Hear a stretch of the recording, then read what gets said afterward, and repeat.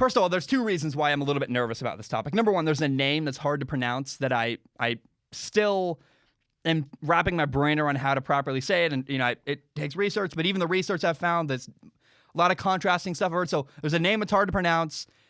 And then we're talking about COVID. And COVID is a inherently very polarizing, a topic that makes people fiery angry. And I'm not trying to make anybody angry. I'm just trying to do my job. And this thing happened. I want to talk about it, some of the implications. So first of all, I want to be clear. I'm not a doctor, at all. I'm a dumb kid who played college football, who loves football, and I love storytelling. And I'm passionate about storytelling. And the story here is interesting to me. Clemson quarterback Trevor Lawrence got COVID. Tested positive. He's going to miss the Boston College game. It's 6:53 in the morning here on the West Coast. The game starts at 9. There's no way. I don't think this breakout's going to come out before the game starts. So whatever I say here is kind of like a time capsule of interesting information. We'll see how it works out. So he's going to miss the Boston College game. And first of all, I think Trevor's going to be okay. My limited understanding of COVID, it seems like Trevor does not belong to the population of people who are struggling when they get COVID. Now, some people get COVID and they have an underlying issue, or they're old, or they have heart disease and they really struggle, or it seems like randomly, and look, again, I'm not a doctor, I have no idea. Certain people I know have gotten COVID and they're horribly sick and it really affects them and it's hard. And those people that I know were either smoking a lot or were working a crazy schedule, or there's always some reason why their health was a little bit compromised and they had a lot of trouble. Trevor Lawrence is at peak health, and everything I've seen seems okay, so I think Trevor's going to be okay.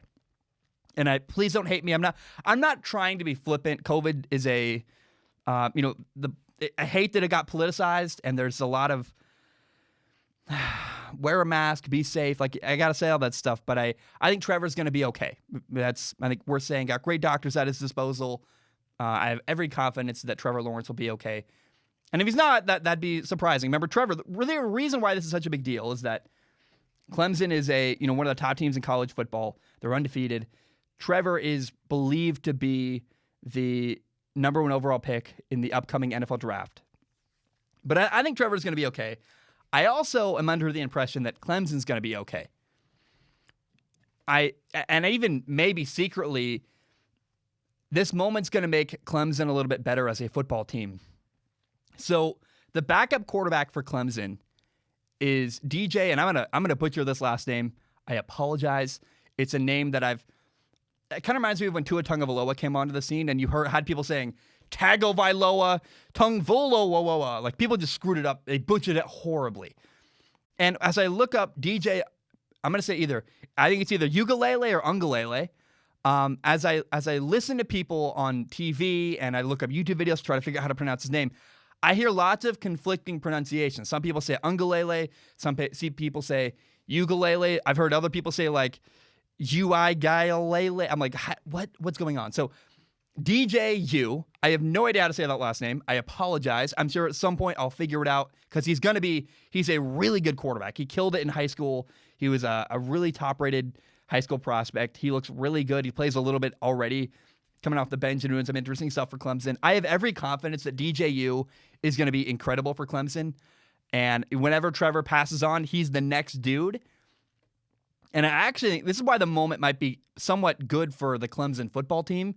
Yeah, it's unfortunate. You lost your quarterback. But you're playing a Boston College team this week who they're 4-2. They're not a slouch. But I think having DJ Ungalele play, we'll call him DJU. Having DJ play in a game like this that matters, that's important, is actually valuable reps and valuable learning for him to do. He's going to be the guy next year when Trevor Lawrence presumably leaves the program.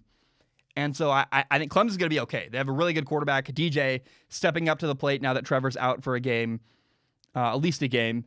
And I think that this is really valuable experience for DJU, playing in a good, meaningful game. I think he's going to play well. And I think long-term for the Clemson program, at least for next year, this is great because it lets their future quarterback have a game to get his nerves out. Then, next year when he's a starting quarterback, he'll be able to say, I already started a game in college. I'm okay. My nerves are gone. I've done this before. I've been here. I did well. So I think all around, I think it's actually somewhat of a net gain for Clemson. I am assuming they're going to win in like 2 hours when they play Boston College. And personally, I think I'm excited to watch DJU. Like from an ACC perspective, Boston College Clemson was probably not going to be this great game. Now it's way more interesting actually because Trevor Lawrence is out, and we're going to see this young, new quarterback play for Clemson. So I think everybody wins here except for Trevor Lawrence. He got COVID, which is unfortunate.